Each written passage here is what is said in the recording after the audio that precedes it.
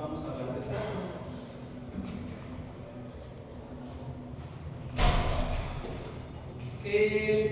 Para describir el sacro hacemos analogía de este o comparación de este con una pirámide de base cuadrangular, solo que en contra de lo que la intuición casi siempre nos dicta, esta pirámide está dispuesta de forma invertida. Su base está en la parte superior, su apex o vértice superior, pues en realidad está para abajo. ¿Vamos bien hasta acá? Ok. Entonces, ¿qué le vamos a describir a esta estructura anatómica? Le vamos a describir superficie anterior, superficie posterior, superficies laterales y la base. A diferencia del hueso dorsal, que requirió mucho ahínco en sus bordes, como el sacro no es un hueso plano, sino que de hecho es un hueso irregular, entonces no requiere tanto ahínco en los bordes. Primero que nada, la superficie anterior del hueso sacro es ligeramente cóncava, es decir, que describe una curvatura que se hunde. Y de forma inmediata podemos observar en la superficie anterior 4 pares de orificios. Estos orificios sencillamente se llaman forámenes sacros. Voy anticipándoles que esos orificios también están presentes en la parte posterior. De hecho, podemos ver a través del sacro, gracias a la combinación de que están alineados, los forámenes sacros anteriores y los forámenes sacros posteriores. ¿Cómo se denomina individualmente cada uno de esos forámenes? Se sigue la regla de contarlos de arriba hacia abajo, de tal manera que tenemos primero, segundo, tercero y cuarto. Y además de haberlos contabilizado y decir del foramen sacro anterior, mencionamos si está del lado izquierdo o del lado derecho. ¿Vamos bien hasta acá? Ok. Miren, esto es ¿cómo se dice? Vamos a señalar que el lenguaje correcto es de una manera, pero la verdad es que yo mismo no los invito a que lo hagan así porque termina haciéndose muy complejo, muy rebuscado. El hueso sacro está hecho de 5 protovértebras sacras, ¿okay? Iban a ser vértebras sacras, pero al final no se transformaron en vértebras sacras. Entonces, cuando decimos la tercera sacra, la segunda sacra, la quinta sacra, lo que en realidad cualquier persona quiso decir es en el hueso sacro a la altura de su tercera protovértebra sacra, en el hueso sacro a la altura de la primera protovértebra sacra, etc. Notarán que eso termina dejando unos diálogos muy extensos, aunque sería técnicamente correcto, la neta suena tan rebuscado que al final se vuelve impráctico. Pero entiéndase que cuando una persona dice la primera sacra y la tercera sacra, pues en realidad está queriendo decir esa frase sola. ¿Vamos bien hasta acá? Bueno, la cara anterior del hueso sacro predominantemente está hecha de los cuerpos vertebrales de esas protovértebras articulados con otros cuerpos.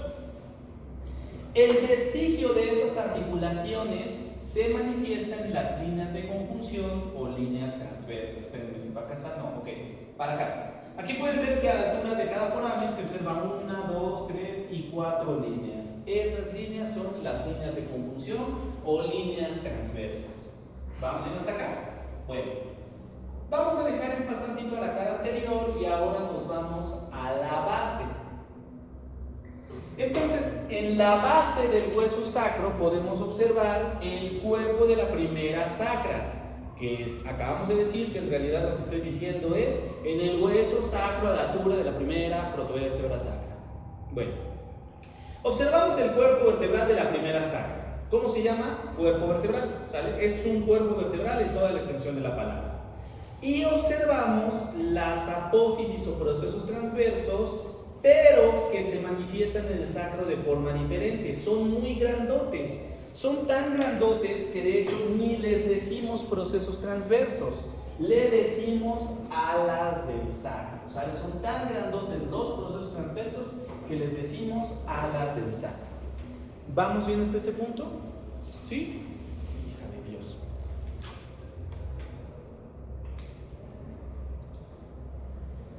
Les dije hace rato que los bordes del sacro no son relevantes. Y la verdad es que prácticamente todos los bordes del sacro son relevantes excepto uno. Hay un borde del sacro que no solo sí es relevante, es súper relevante. y es el borde entre la base y la cara anterior. Ese borde sí es súper importante.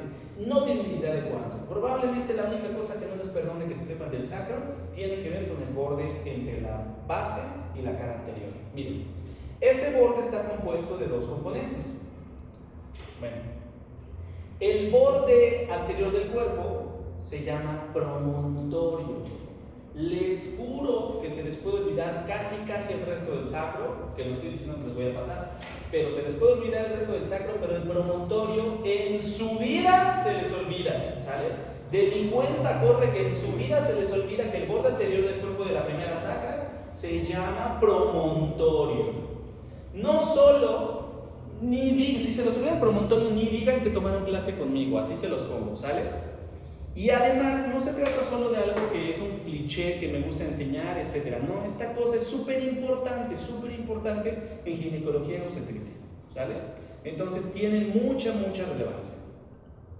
Así como el promontorio es el nombre del borde anterior del cuerpo de la primera sacra, el nombre del borde anterior del ala del sacro, bueno, oficialmente se llama borde anterior del ala del sacro, pero mucha gente le dice línea terminal.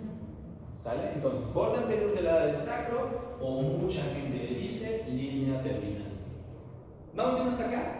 Les juro que no les perdono que no me digan que esto se llama promontorio. ¿Por qué se llama promontorio? Miren, en esta vista lateral está marcado el promontorio, entonces pueden observar que no es como clásicamente concebimos los cuerpos vertebrales, perfectamente cilíndrico, sino que sobresale ligeramente hacia adelante, Por eso se le dice que es un promontorio, una ligera elevación.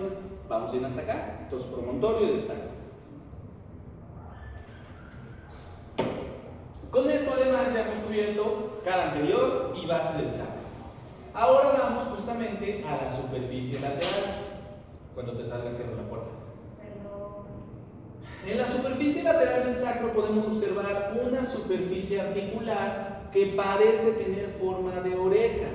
Entonces a esta superficie se le dice carilla auricular del sacro o se le dice carilla coxal. ¿Por qué? Porque articula con el hueso coxal, ¿va? Entonces o le decimos carilla auricular o le decimos carilla coxal. También consideren que como el hueso sacro es un hueso impar y simétrico, si estamos estudiando la superficie lateral izquierda, entonces automáticamente ya no sabemos la derecha. ¿Vamos bien? Ok. Ahora, acuérdense de algo que mencionamos, no me acuerdo si fue ayer o si fue antier, pero acuérdense de algo que mencionamos. Fue lo siguiente. Superficie amplia y rugosa. ¿Cómo se llama? Tuberosidad. Había una tuberosidad en el isquion, ¿cómo se llamaba? Tuberosidad isquiática. Había una tuberosidad en el ilion, ¿cómo se llamaba? Y si el número 5 señala una superficie amplia y rugosa, ¿cómo se llamará? ¿Estamos en qué hueso? El sacro, ¿sale? Entonces, tuberosidad sacra. ¿Sale? El número 5 es la tuberosidad sacra. Entonces, prácticamente en la superficie lateral solo tuvimos dos estructuras anatómicas, la carilla articular y la tuberosidad sacra. ¿Vamos bien hasta acá? Ya casi acabamos el sacro. Vamos a la parte posterior. En la parte posterior nuevamente observamos a los forámenes sacros, nada más que ahora son forámenes sacros posteriores. Ahí tenemos un ejemplo, segundo foramen sacro posterior izquierdo. A ver, este que está marcado con la letra X, ¿cómo se llamaría? Segundo. Muy bien, segundo foramen sacro posterior derecho. Muy bien. ¿Y este que está marcado con la letra Z? Cuarto foramen sacro posterior derecho también. Muy bien.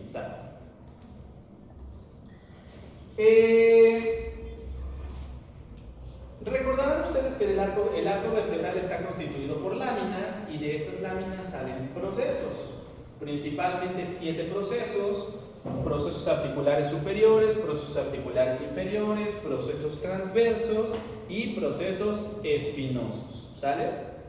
Procesos espinosos con amarillo, transversos con azul transversos con rojo y articulares con azul. ¿Qué dijeron? Ya no ve de plano los colores del doctor.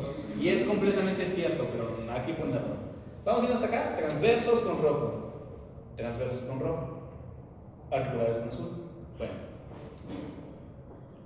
¿Qué está señalado con puntitos en el hueso sacro? La cresta sacra mediana. Tienes toda la razón en que es la cresta sacra mediana, pero la cresta sacra mediana es algo más. Y respondiste correctamente, o aquí alguien respondió correctamente. Procesos espinosos.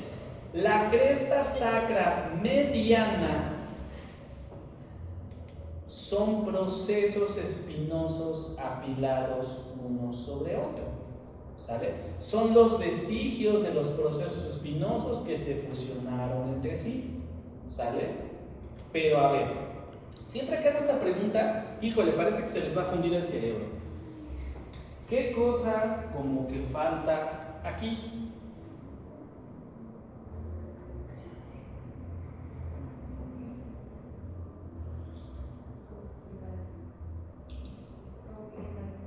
Sí, ¿qué debería haber? Y no hay. Y tiene que ver obviamente con lo que está marcado.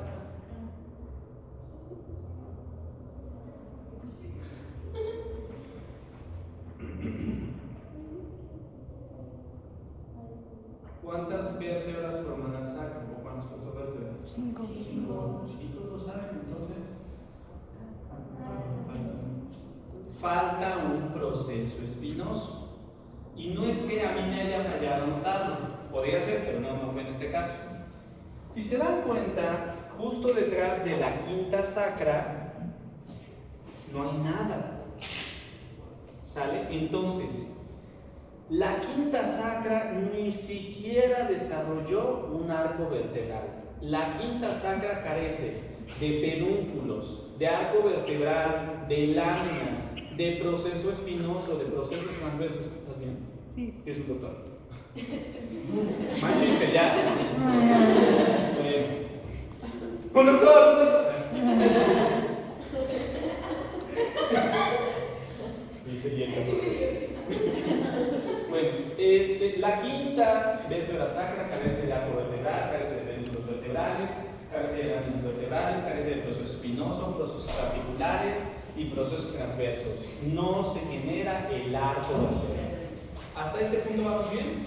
¿Sí? Ok.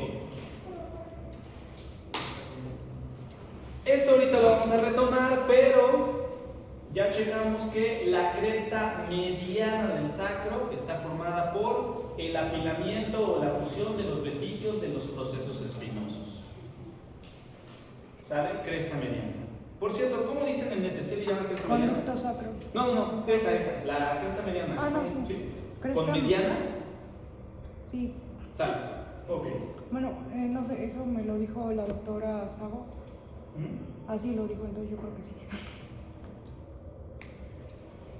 Lo que pasa es que había otro libro donde le decían cresta media, pero después resultó que lo revisé y no, si se llama cresta mediana. Ok. Espinosos con amarillo, transversos con rojo. Bueno, aquí tenemos los otros dos pares de crestas que están presentes en el sacro. Concretamente, la que está de color azul es la cresta intermedia y la que está de color rojo es la cresta lateral. ¿Ok? Bueno, las crestas laterales. ¿Ok? ¿Vamos bien hasta acá? Bueno.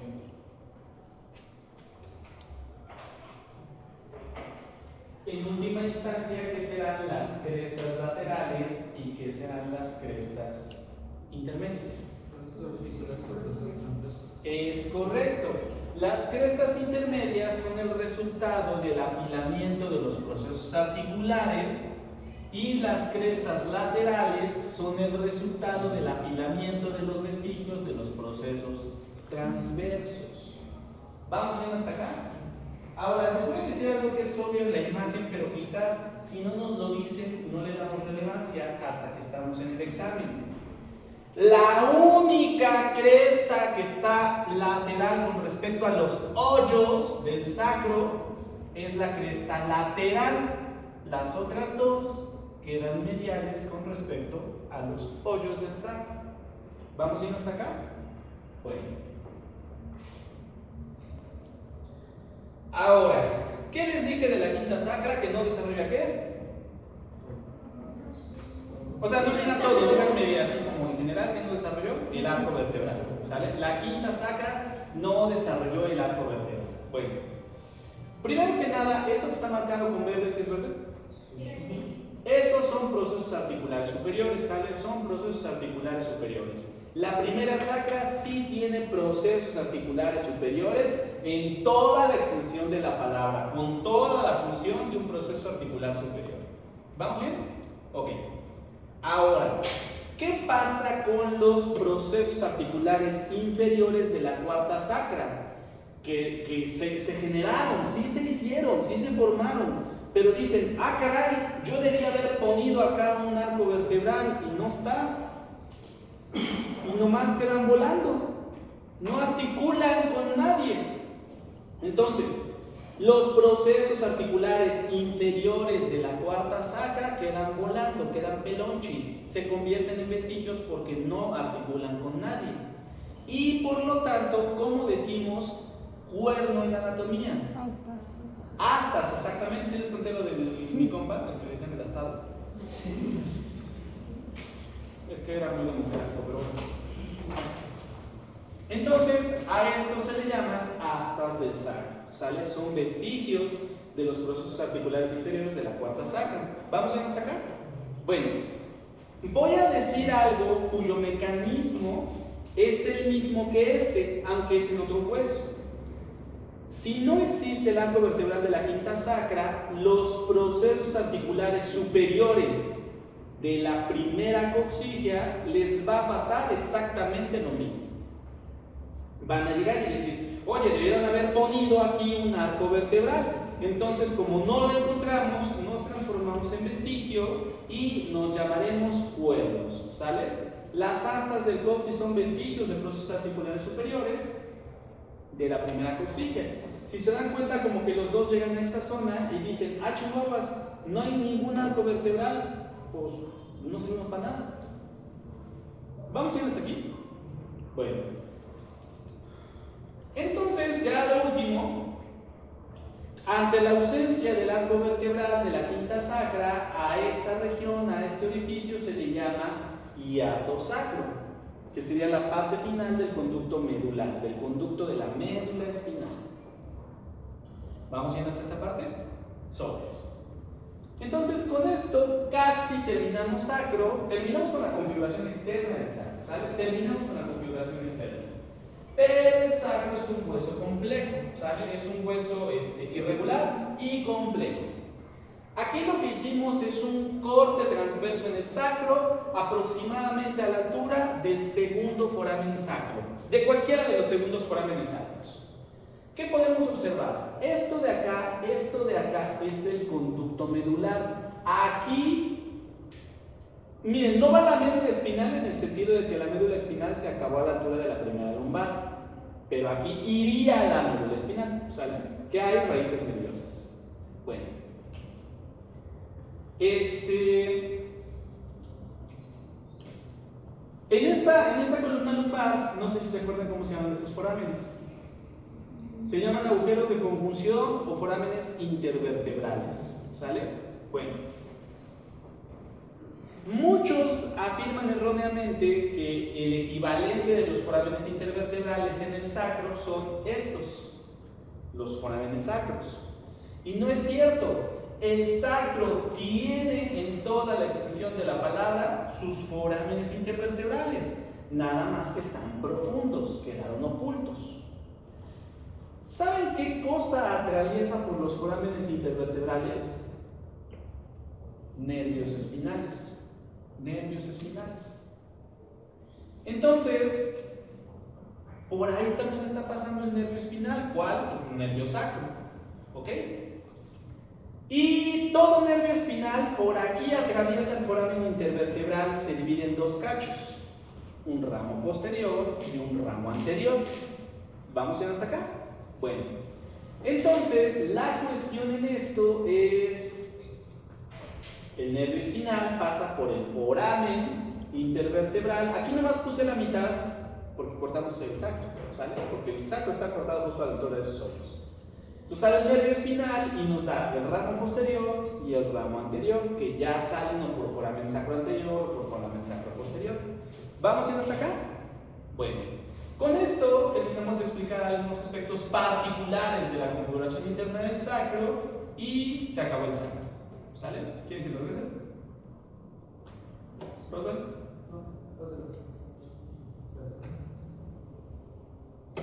Bueno, el coxis va a ser algo muy rápido y sinológico. El coxis está formado de 4 a 5 protovértebras coxígeas. Pero si en el sacro ya como que perdían características de una vértebra prototípica, las vértebras coxígeas de plano ya ni lo intentan. La única que tiene ganas de parecerse a una vértebra es la primera protocoxígea.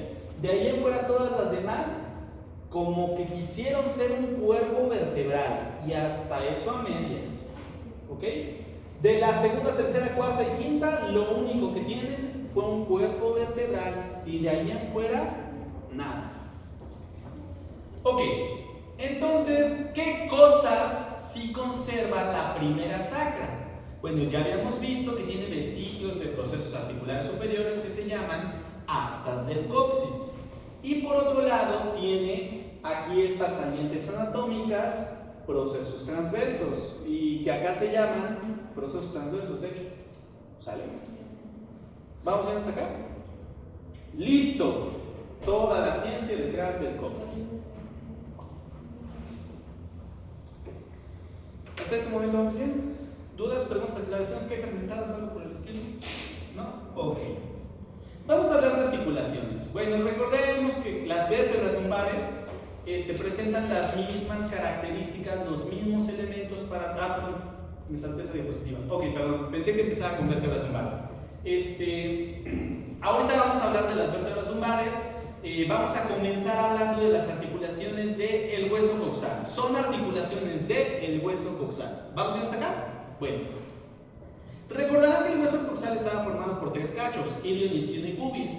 Entonces, a la articulación entre el sacro y el coxal, en muchas ocasiones se le denomina sacroiliaca, porque era el sacro articulando con el ilion específicamente. ¿Vamos bien hasta acá? Esta articulación, fíjense que está bien chida. Está bien chida porque es una articulación que al mismo tiempo es sinovial, es decir, tiene líquido sinovial, cápsula, membrana sinovial, cápsula articular, ligamentos, etc. Pero también es una sindesmosis, es decir, es una articulación fibrosa mediada por una membrana. Chinga, ¿cómo está eso? Pues sí, miren, espérenme.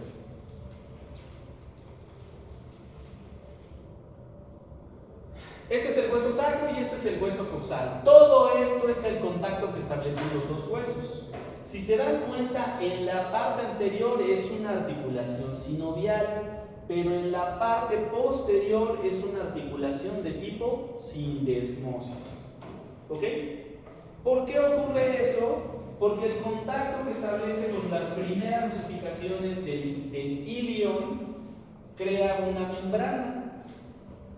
Pero una vez que ya se osificó por completo, aquí se desarrolla una articulación sinovial en toda la extensión de la palabra. ¿Sale? Entonces, en el mismo espacio tenemos dos tipos de articulaciones. ¿Vamos bien hasta acá? También algunos de ustedes pueden decir: oiga, articulación sinovial ahí. ¿Y para qué necesitamos una articulación sinovial si esa articulación no se mueve? Esa articulación es una sinartrosis, no se mueve. Bueno, recordemos que hay un contexto, una etapa de vida o un momento fisiológico en el que los ligamentos se hacen laxos, se permite la movilización de los huesos de la pelvis. Ese momento es durante el trabajo de parto. Durante el trabajo de parto se puede permitir un poco de movilidad gracias al efecto de los progestágenos. ¿Vamos bien hasta acá? Entonces, generalmente la mayor parte del tiempo es una sinartrosis, pero en determinados contextos, dígase parto, se transforma en una amplia artrosis. Poquito movimiento, pero sí permite movimiento. ¿Vamos bien hasta acá? ¿Sí? Ok. Entonces, como articulación atípica, pues tiene algunas características de una articulación de tipo sinovial. Por ejemplo, tiene cápsula articular, pero también tiene muchos ligamentos de reforzamiento, incluso dentro de la articulación. ¿Sale? Ahora sí, vamos a ver cuáles son estos elementos. Primero que nada tenemos un elemento o un ligamento de reforzamiento en la parte anterior que se llama ligamento sacroiliaco anterior. Si hay un anterior, seguramente hay un posterior. ¿Ok? Entonces, ligamento sacroiliaco anterior, ligamento sacroiliaco posterior. Pero nada más déjenme ver cómo está lo de la diapositiva. Ya, ok. Ahorita les voy a señalar el resto de ligamentos que refuerzan cerca de esta zona. El sacro también se conecta con la región del isquion, específicamente con la espina y con la tuberosidad. Históricamente estos ligamentos se llamaban sacroisquiáticos mayor y menor, pero les cambiaron el nombre, es mucho más fácil el nuevo nombre, se le llama ligamento sacrotuberoso y ligamento sacroespinoso. ¿Sale?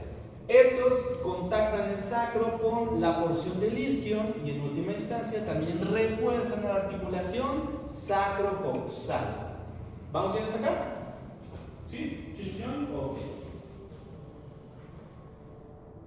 Ahora sí. En esta imagen se ha retirado el ligamento sacroiliaco anterior. El número 4 nada más nos está señalando a la cápsula articular. ¿Ok? Entonces, el número 4 está señalando la cápsula articular. Y en el otro lado se cortó al hueso sacro y al coxal, de tal manera que el número 6 nos está mostrando esta membrana que une a los dos huesos, sobre todo hacia la parte posterior del interior de la articulación. Este es el ligamento intraóseo o intraarticular. ¿Vamos bien hasta acá? De hecho, yo creo que en esta imagen es donde más se manifiesta que en la parte anterior es sinovial, porque hasta posee una cápsula articular, pero en la parte posterior es una sindesmosis porque posee esta membrana intraósea. ¿Dudas o preguntas? ¿No? Bueno, aparentemente no. Además, remarco ahí con el número 12 el ligamento sacroespinoso y el ligamento sacrotuberoso. Hay un aspecto adicional. ¿Se acuerdan cómo se llama esta escotadura que queda por arriba de la espina ciática y esta escotadura que queda por abajo de la espina ciática? ¿Cómo se llama esta escotadura? Escotadura ciática mayor, excelente, unos formoles. ¿Y esta de acá? Escotadura ciática menor. Bueno, no sé si les conté, no sé si se los dije con esta frase, pero al organismo le chocan las escotaduras. Al organismo no le gustan las escotaduras. Entonces, el vivo completo rara vez tiene una escotadura. Y estas no son excepciones. En el vivo no existen como escotaduras. Entonces, ¿cómo se llaman? Gracias a los ligamentos sacroespinoso y sacrotuberoso quedaron cerradas. Ya no son escotaduras, que son forámenes. Foramen ciático mayor y foramen ciático menor. ¿Vamos bien hasta aquí? ¿Correcto? Salves. Ligamento sacroespinoso y ligamento sacrotuberoso. Intraarticular, intraóseo. Bueno, el 4 ya no lo marqué, pero es la cápsula articular. ¿Vamos bien hasta acá? Bueno, esta es la imagen que utilicé hace rato para señalarles. Miren, le tomé la captura y no había quedado ningún luz. Qué vergüenza. Hablemos de la sínfisis del pubis, ¿sale? También conocida, de hecho técnicamente se llamaría interpúbica, pero todo el mundo le dice sínfisis del pubis. ¿Qué tipo de articulación es la sínfisis del pubis? Una sínfisis, tienen toda la razón.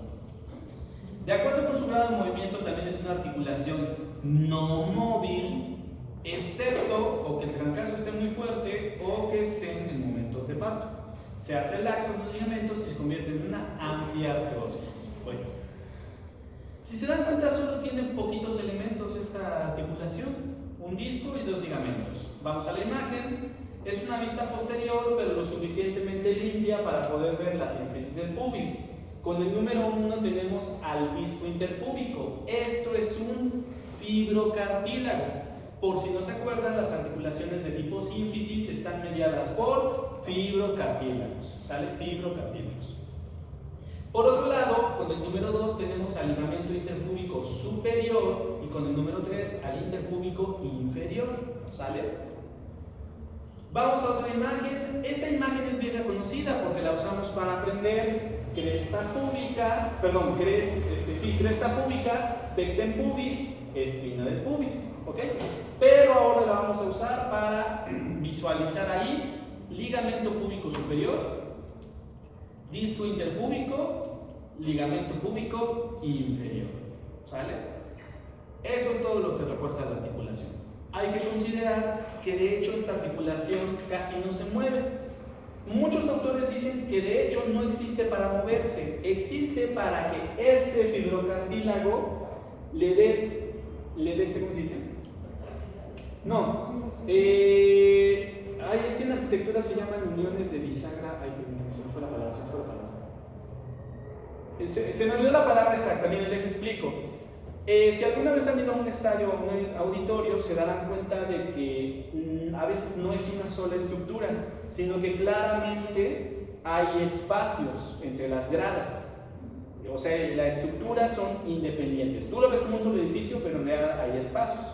Esos espacios son para que cuando el concreto se hincha y se dilata por el efecto del calor, no genere grietas en las estructuras que están al lado. En otras palabras, ese espacio existe para permitir que se expanda y se contraiga el concreto. ¿Vamos a ir hasta acá? Bueno, esta articulación no existe para moverse, sino que lo que permite es que si la pelvis por algún motivo es comprimida, se pueda aplastar el fibrocartílago, ¿ok?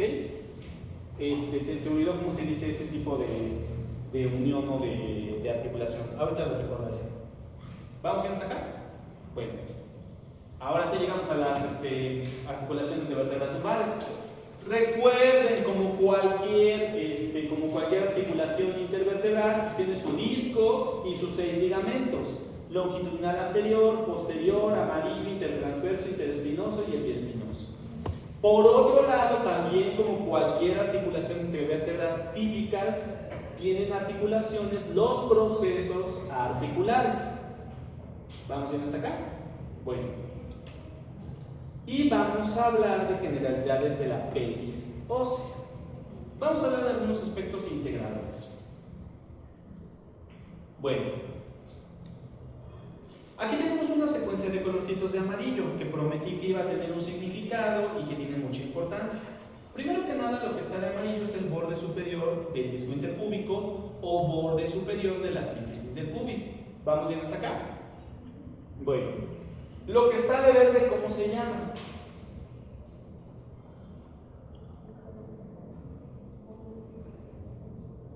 Se los enseñé con ese mismo color. Todos rellenados. Pues revisen sus apuntes de perdida. Oigan, ¿dónde está Itzel? ¿Han visto Phineas y Ferb? Sí, ¿dónde está Ferb? Ajá. Será Itzel, agente. ¿Sale? Pues entonces, el verde no nadie, qué vergüenza, pero bueno, el verde es la cresta púbica. ¿Sale? El azul.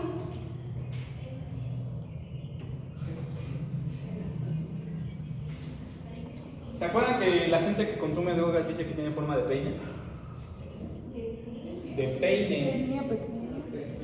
El pecten del pubis, exactamente, el pecten del pubis. ¿Vamos bien hasta acá? Luego de eso, el pecten del pubis se continúa en el ilion, pero en el ilion ya toma otro nombre. ¿Cómo se llama? Línea arqueada. Y lo azul y lo rojo lo acabamos de ver. El azul, puedo pasar que no me lo digan. ¿El azul cómo se llama? Borde anterior de la del sacro o línea terminal. Pero si el rojo no me lo responde, los cuelgo ahorita. ¿Cómo se llama el rojo? Promontorio. Excelente. Promontorio del sacro. ¿Sale? Promontorio del sacro. Bueno. Todo esto que les acabo de comentar, lo marqué de un solo lado, pero está de los dos lados. Bueno, todo esto marca un límite, que además es un sitio particularmente estrecho del canal de parto. Entonces, concretamente a esto se le llama estrecho superior de la pelvis. Es importante desde el punto de vista obstétrico y es importante como límite anatómico. ¿Vamos bien hasta acá? Y si hay un estrecho superior de la pelvis, seguramente hay un estrecho inferior. El estrecho inferior está hecho primero que nada por el borde inferior de la sínfisis del pubis. ¿Sale? Borde inferior de la sínfisis del pubis. ¿Alguno de ustedes se acuerda cómo se llama el borde inferior del coxal? ¿Se acuerdan que los anatomistas somos flojos?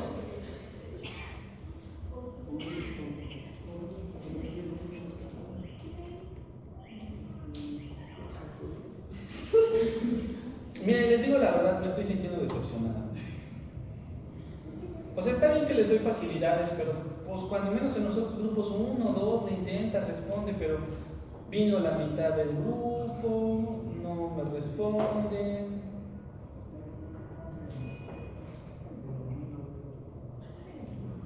Mi corazón se está rompiendo.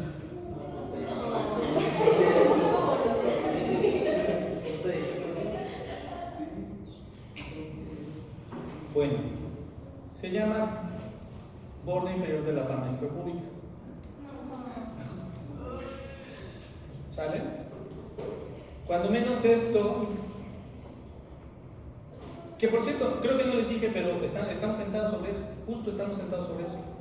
Es una superficie amplia y rugosa. Tuberosidad isquiática. ¿Vamos bien hasta acá? Bueno, no sé si se acuerdan, pero hace rato marqué este ligamento y va del sacro a la tuberosidad isquiática. El ligamento sacrotuberoso. Y por último, para delimitar este espacio, utilizamos no al sacro, sino al coxis. ¿Sale? ¿Esto qué es? Estrecho inferior de la pelvis. Vamos bien hasta acá. Este está más simplecito. ¿Puedo cambiarlo? Bueno, quisiera aclarar dos conceptos relativamente diferentes. Pelvis ósea se refiere a un conjunto de 4 huesos, es decir, los 2 coxales, el sacro y el coxis. Eso es pelvis ósea, que no es idéntico al concepto de pelvis. La pelvis es un espacio anatómico con forma de cono truncado. ¿Qué es un cono truncado? Un cono al que le cortaron la punta. Le cortaron la punta. Y si le cortan la punta, ¿qué forma queda? ¿Han visto a los primos que venden sus tacos de carnitas acá afuera? Yo antes les compraba bien seguido, pero pues ya cuando salgo ya se fueron. Bueno, pues las cazuelas, los casos, si los voltean, en realidad son un cono sin punta. ¿Sale?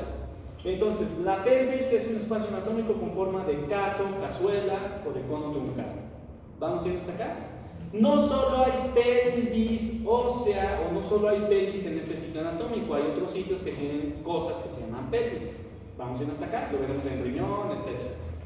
Ok. Miren, ¿por qué es importante hacer esa diferenciación? Lo que en ambas imágenes aparece con color verde es espacio entre la pelvis ósea. Lo que en ambas imágenes aparece con color verde es espacio entre la pelvis ósea. Pero no todos los órganos que estén en ese espacio entre la pelvis ósea se van a llamar pélvicos. Se maneja un concepto actualmente de una pelvis mayor o falsa y una pelvis menor o verdadera. Ahora, ¿por qué pelvis menor o verdadera? La pelvis menor o verdadera contiene órganos pélvicos y la pelvis mayor o falsa contiene órganos abdominales.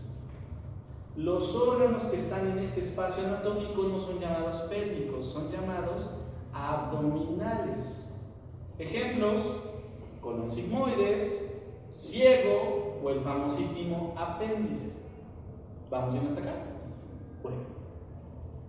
Entonces, en este momento ya sabemos que este espacio con color verde claro, aunque se llama pelvis mayor o pelvis falsa, aunque está dentro de los huesos, del conjunto de huesos de la pelvis ósea, pues sus órganos no son considerados pélvicos, son considerados abdominales. Entonces, ya nada más para rematar este concepto, realmente cuáles son los límites de la pelvis menor, cuál es su límite superior y cuál es su límite inferior. El límite superior de la pelvis menor o verdadera es el estrecho superior de la pelvis.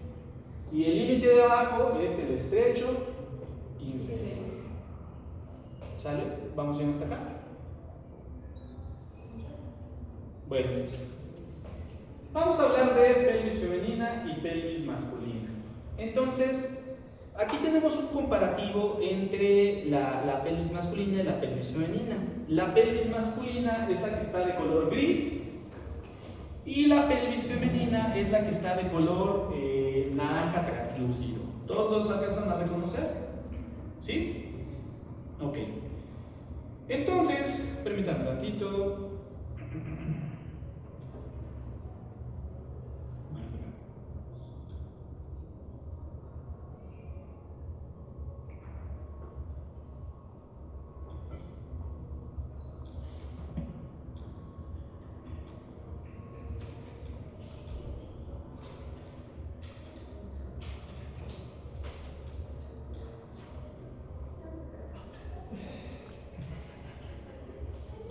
Va claro. Ok. Entonces, miren, las diferencias pueden ser más extensas en su descripción, pero nos vamos a tratar de abocar a tres aspectos prácticos que suelen ser muy evidentes. El primer aspecto que vamos a destacar es la forma del agujero obturado. El agujero obturado en la pelvis femenina tiene una forma cuadrada o lenticular, dicen los griegos. Lenticular no quiere decir forma de lente, quiere decir forma de lenteja. ¿Ok? Entonces tiene una forma cuadrada o lenticular. Mientras que el agujero obturado en la pelvis masculina tiene una forma triangular. Dicho con otras palabras, este es más estrecho, este es más ancho. ¿Vamos a ir hasta acá? Sale pues. Característica muy notoria número 2. Aquí estamos observando las crestas ilíacas. Entonces, aquí vemos las crestas ilíacas y las crestas ilíacas. Es notorio que en la pelvis femenina las crestas ilíacas están más separadas. De hecho, si observan las siluetas, la pelvis masculina es un poquito más tubular y la pelvis femenina está un poquito más abierta. Valga la redundancia, parece que tiene forma de caso. ¿Vamos bien hasta acá? Bueno. Entonces, la distancia entre las crestas ilíacas en la pelvis masculina es menor y en la pelvis femenina es mayor. ¿Vamos bien hasta acá? Este dato también está muy chido, pero no siempre contamos con dos pelvis para poderlas comparar de inmediato. Pásame. Sordo.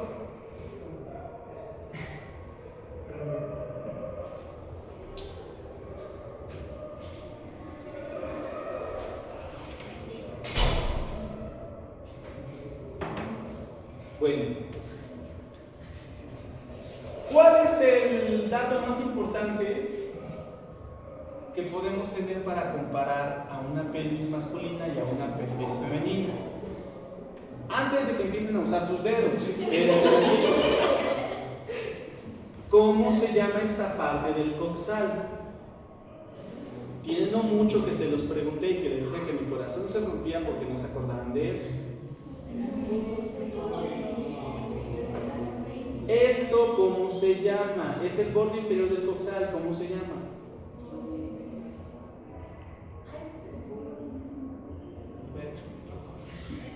Porque lo de menos es decir, el ángulo es así, pero el ángulo de qué cosas. ¿Cómo se llama ese cacho que están midiendo? Ya pusieron el dedo encima y no saben qué cacho están midiendo.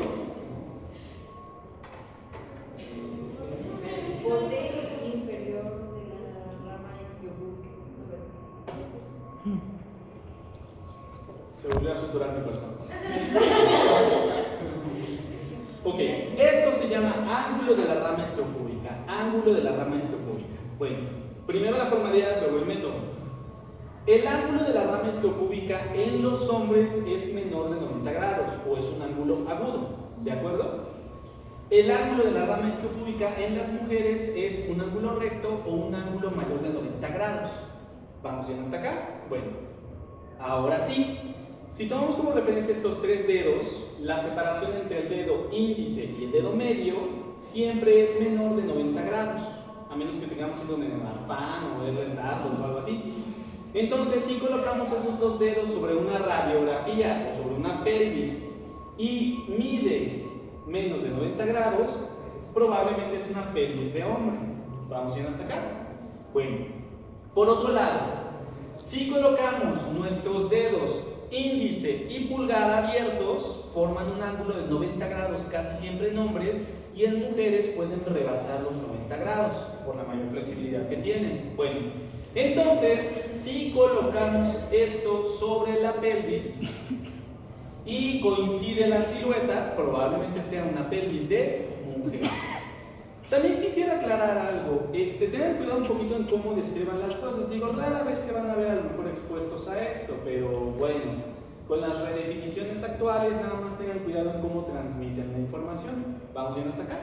Bueno, también seamos muy sinceros, ustedes en su entorno médico, ustedes no van a ser, bueno, a lo mejor algunos sí es forense, pero la gran mayoría no va a ejercer ni como antropólogo físico, ni como forense, ni nada. Entonces, pues la verdad es que el dato más importante que luego encontramos en las radiografías es el nombre.